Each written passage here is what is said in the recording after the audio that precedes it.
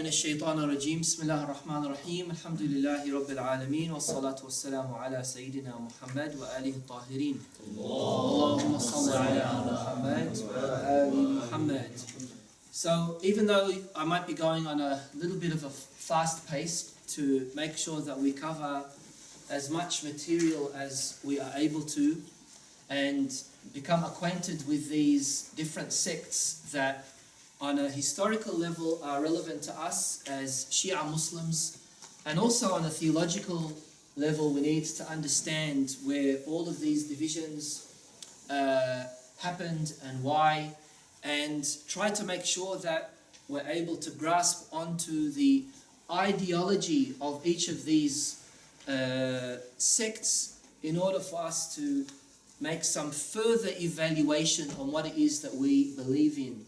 In our structural belief, one way or another we need to justify as to whether we are following the true path, as to whether we have made some kind of soul-searching journey to realize if the path that we are on is the path of haqq.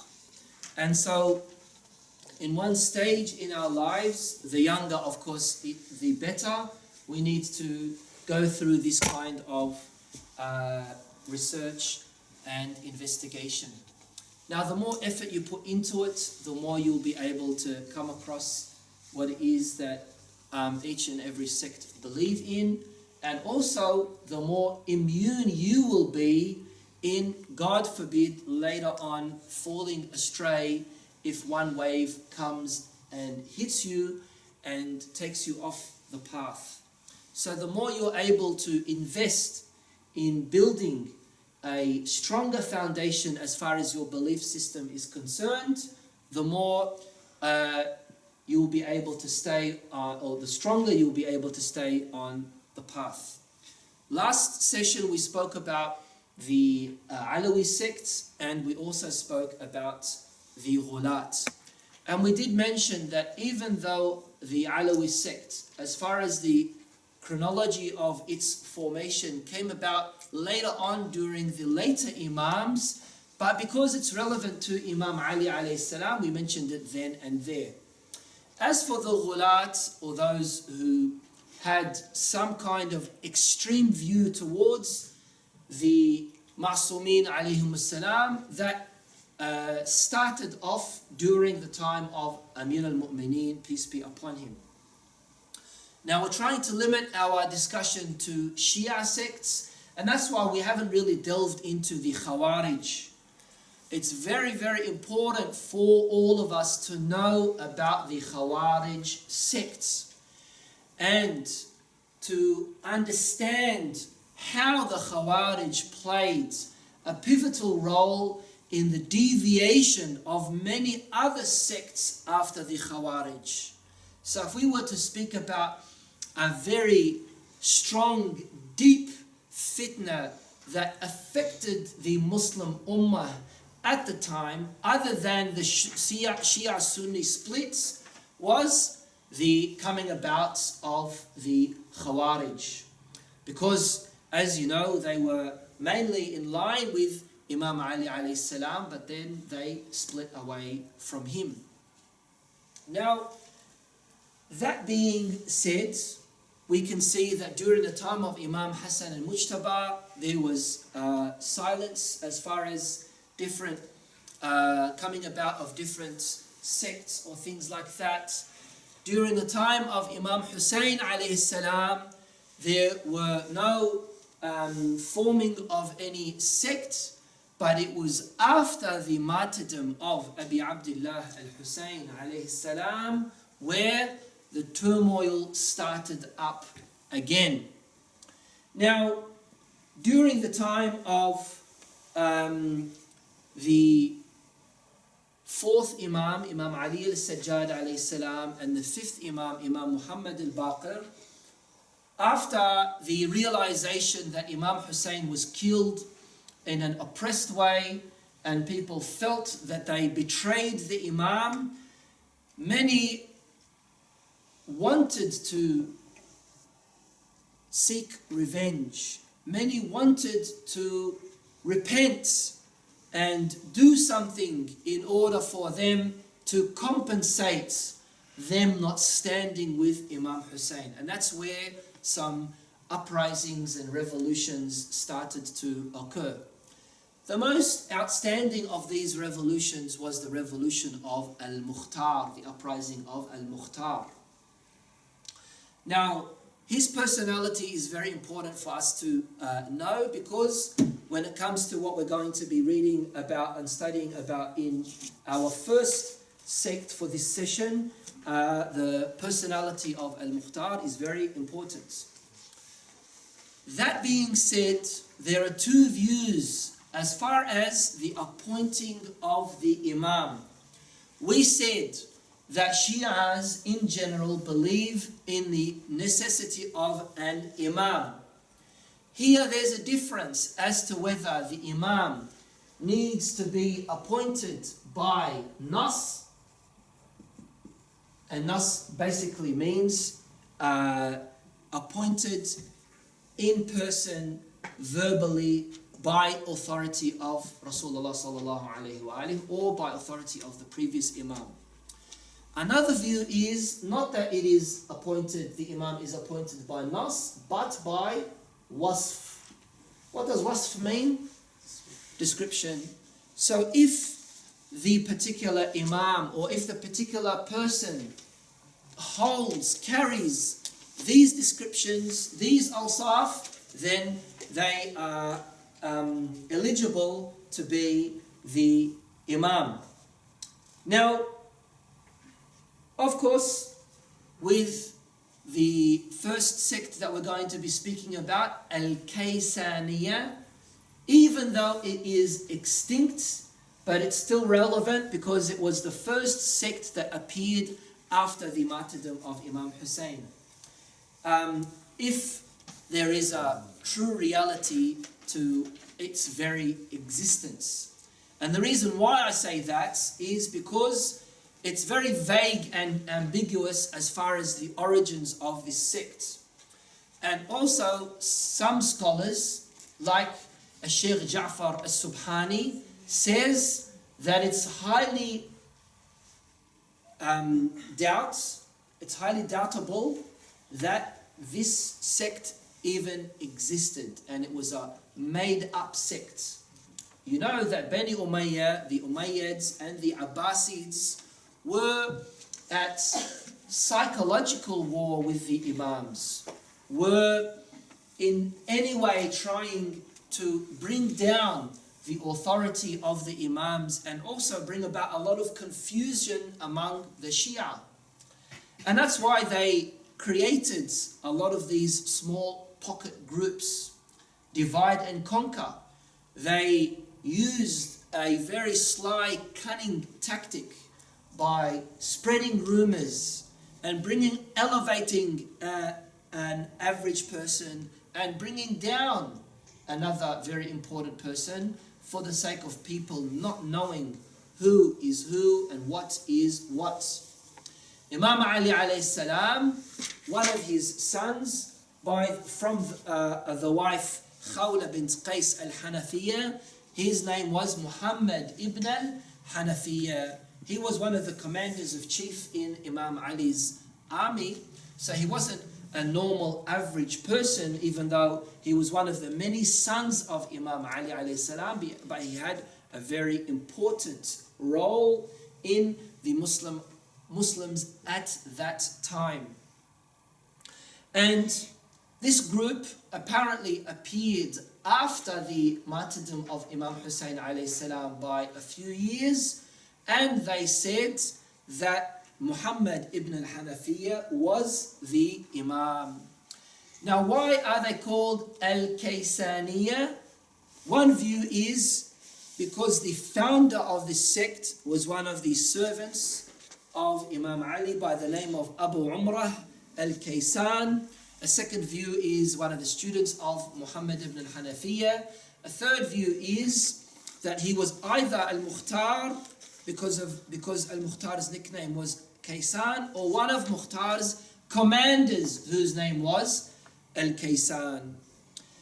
Whatever the case may be, one important view is that even though they believed that Muhammad ibn al-Hanafiyyah is the Mahdi, and apparently al-Mukhtar called people to follow Muhammad ibn al-Hanafiyyah, who was the Imam and also the Mahdi, as far as our information is concerned, we reject both cases.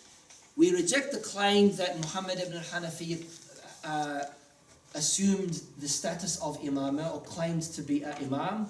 We also reject the fact that Al-Mukhtar invited people to believe in Muhammad ibn al-Hanafiyyah as being the Imam or being the Mahdi. One view that is mentioned that is also substantiated with a lot of evidence is that Al-Kaysaniyya, if we were to say that it truly existed, came about after the revolution and after the very life of Al-Mukhtar al-Thaqafi.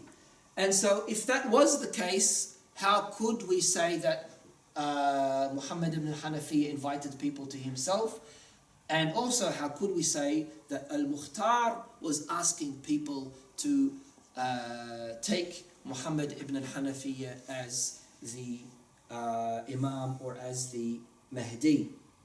So, in this case, of course, there are different offshoots of Al-Kaysaniyya, and none of them exist, and they're all extinct. Okay, I emphasize on the point that if we were to accept the whole view that Al-Kaysaniyya did really have an external existence, and there are, as I mentioned, Sheikh Ja'far Subhani and another particular researcher in the area of Shia sects believe that it's a mythology. According to what our Shia historians say, they categorically reject that view. Whatever the case may be, we do believe, we do know that Al-Mukhtar was a noble person who stood in line with A'immatu Ahlul Bayt alayhimus salam, did not invite anyone to his cause of claiming of Imamah, nor did Al-Mukhtar ibn Ubaidullah ibn Ubaid al-Thaqafi. The important thing is that either this group appeared 6 years after Imam Hussein's martyrdom, or it appeared after the death of Al-Mukhtar. This is also the two views that exist. So there are three views as to who was the founder of Al-Firqa Al-Kaysaniyya. Number one is one of the mawlas of Imam Ali, and one of the servants of Imam Ali, by the name of Abu Umrah al-Kaysan. A second view is one of the students of Muhammad ibn al-Hanafiyyah. A third view is one of the companions of Al-Mukhtar, or Al-Mukhtar himself. Okay? Now, with the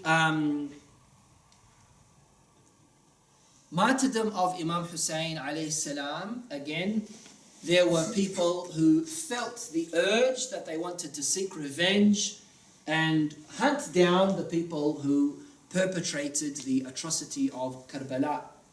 One of these people was Al-Shaheed Zayd ibn Ali al-Sajjad alayhimus salam. Shaheed Zayd, who is buried on the outskirts of Karbala and Najaf, is a very well-reputed, respected personality in Shia Islam.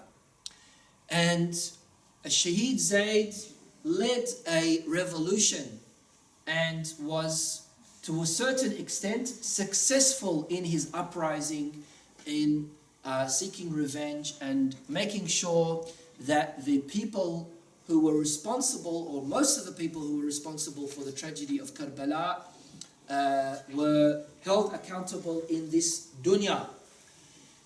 Zayd, of course, had two qualities.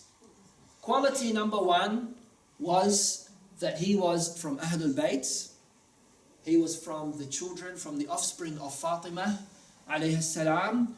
And quality number 2 was he rose with a sword. A group of people formed around that time who said, we will only submit to someone who has these 2 qualities. Number 1, that they are from the children of Fatima, Hassan and Hussein, or Hussein, Fatima or Hassan or Hussein. And number 2, that they rise with a sword. And this is where the Zaydis sect came into existence. And the Zaydis sect is important for us to know and learn about because it is considered to be one of the mainstream Shi'i sects, in the sense that it's not a Batini sect. It's not like the Alawis or the Ismailis or those who have come to extinction. But they are around nowadays, and they predominantly live in Yemen as well. Now let's read a little bit from the notes that I prepared. With Shaheed Zayd, he and also later on his son, his elder son, whose name was Yahya, they rebelled against the tyrants, in particular revolting against Hisham ibn Abdul Malik, and of course he was later on crucified and martyred. So was there any claim from himself in Imamah? Absolutely not, and that's why we honor him, that's why we respect him, and that's why we visit him as well when we're traveling to that region. But some of his companions formed a group, and of course there was one of the first of the Zaydi governments. There was one in Iran, there was in Egypt, and there was also in Yemen, which lasted the longest between the year 280 and after Hijrah and onwards. Now there are different Zaydi sects, and each of these sects and schisms and offshoots have different kind of belief. Some Zaydi sects reject the first 2 Khulafa. The first Khalifa was Abu Bakr, and the second Khalifa was Umar, and the third was Uthman. Now, some Zaydis acknowledged the Khilafah of the first 2 Khalifas but rejected the third. Some Zaydis rejected even the first 2 Khalifas and also went a step further and classified them as kafirs as well. And so they most also don't believe in Nas. What did we say Nas was? The Imam is appointed by authority, but they believe that Imamah is by wasf, description. What was the description? We just mentioned that you need to be from the children of Fatima and rise with a sword. And that's why, if you want to look into the history of Zaydis, there are tens and tens of Imams that they have.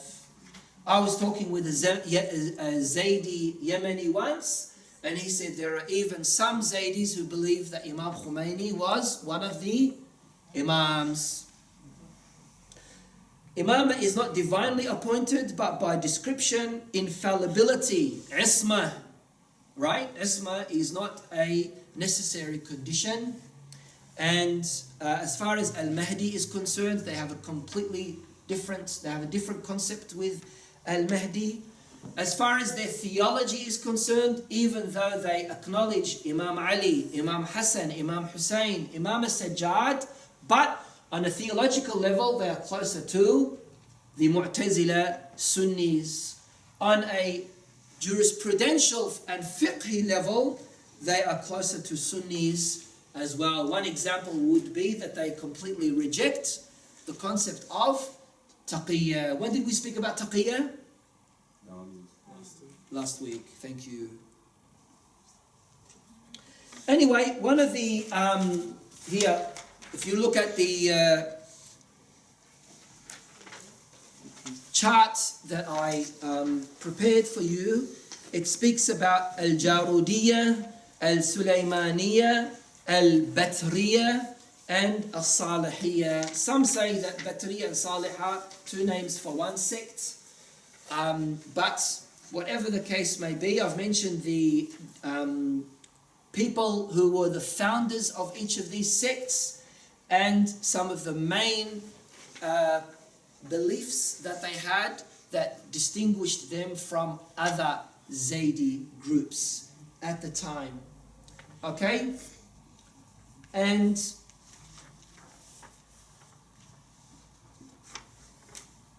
it's good to read a little bit into these different sects and the other sects that are also around. Any questions before we go into the third sect? Now, is it correct for us to say that they are 4 imamis or 5 imamis? Answer is no, it's not correct. It's incorrect for us to say that they are 4 imamis or 5 imamis because they believe until Imam As-Sajjad alayhi salam and after him Shaheed Zayd, because they don't limit the concept of imamah to 3 or 4 or 5, right? We classify them as being part of the Shia Sect, although in theology and in fiqh they're closer to Sunnism, and them accepting Imam Ali is not even on sound ground. No, they do acknowledge, of course, the status of Imam Ali, and they believe that Imam Ali, and they believe in Imam Hussein as an Imam, and Imam Hassan as an Imam, and Imam Sajjad as an Imam. They believe in them as Imams. Not as divine. And that's why, yes, and that's why they are classified as Shia. Whoever believed in the imamah of members of Ahlul Bayt alayhim salam become classified theologically become classified as Shia automatically. It was on the wrong grounds why they classified. Whether it's Nas or whether it's Wasf. Yeah. Because even in this issue of Nas and Wasf, they have a difference of opinion as well. Okay? Even here, Al-Batriyya, for example, that's the best word that Yasir al-Habib likes using, Batris. They say that Imam Ali became Imam only when he became the Khalifa. He was Imam before that. Okay, and that's why the Batris, they have no problem with Abu Bakr and Umar and Uthman. They have no problem with that. How about the Houthi movement in Yemen now? Which of these theological sects do they fall under? The Houthi is not a theological religious movement. It's a political movement. So therefore, the Houthis, according to what they say, there could be Zaydi Houthis, there could be non-Zaydi Houthis. And that's why when it does come to Zaydis, a lot of it is also tribal based as well. Okay? The third sect and the last sect for today, we're coming down towards Imam Ja'far as-Sadiq alayhi salam. And we need to be very passionately interested in learning about this particular sect, even though it's extinct today. But it gives us a moral insight into how easy it is for a person to deviate away from the path, to get lost, all because of hanging around with the wrong crowd. Imam Ja'far as-Sadiq alayhi salam, his first elder son, his name was Ismail. Not going to say anything about Ismail alayhi salam because we're going to be speaking about Ismailism next week. His second son, his name was Abdullah. And Abdullah had a flat feet, broad or wide or flat feet, or a broad or wide or flat head. So whether he had broad feet or broad head, there's difference as far as what historians say. And that's why we say, الرأس أفطح الرأس أو أفطح القدمين. No one knows. أفطح is opposite to مقعر, which basically means curved. Now, why is this important for us to mention? Is because he was given that kind of nickname title, Abdullah al-Aftah. And this particular sect that was formed is called Al-Fatahiyya sect. Now, that was his second son. Ismail died during the life of Imam Ja'far al-Sadiq. Imam Ja'far al-Sadiq alayhi salam had issues with this son. You know, you get some son, some child needs to be like that rebellious person and needs to hang out with the wrong crowds and mix with bad friends and be influenced. Imam Sadiq alayhi salam continued to remind those around him that he was being influenced by the Murji'ah, which was another deviant sect. And as much attempt as he made, there was, of course, always to no avail. Now, once Imam Ja'far al-Sadiq alayhi salam was martyred, he moved imamah over to, or transferred imamah over to the seventh imam in the sequence of the 12 faith, who was Imam Musa al-Kadhim, whereas Abdullah al-Aftah said, seeing that I am the elder son, seeing that I am the elder living son, seeing that I have more influence, seeing that I have more access, I am the imam. And a lot of people, even many of the close companions of Imam Ja'far al-Sadiq alayhi salam, started to believe in Abdullah al-Aftah. Sometimes you might hear someone say, well, you know, these people, they were very good and he was studying in the Hawza and he has been a scholar for 40, 50, 60 years, and now all of a sudden you're calling him a deviant. Well, if it's happened to children of the imams, then of course it could happen to anybody else. What's important is not a person's past, if they were doing something right at that time, wonderful, but how a person is at the time then and there. Shaitan, except for our infallible imams, shaitan will always find different ways of infiltrating into your heart.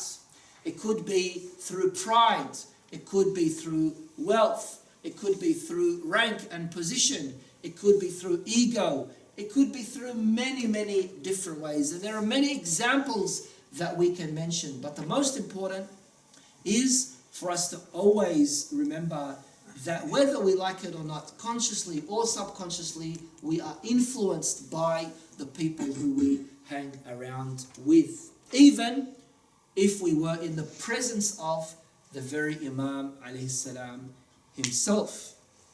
And so, yes, Abdullah al-Aftah lived for a short period of time after the martyrdom of Imam Ja'far al-Sadiq, up to 70 days, but he created so much havoc at the time. Baytul Mal was at his disposal and he was given out freely. He was influencing other major figures in the time, like As-Sabati, who is one of the distinguished companions of Imam Ja'far al-Sadiq alayhi salam, and also a whole tribe by the name of Bani al-Faddal, who started to follow Abdullah al-Aftah, and they created the Fatahiyya sect. With the death of Abdullah al-Aftah, people came to realize that it was just a claim, and majority of people turned back to the true seventh Imam, who was Imam Musa al-Kadhim alayhi salam.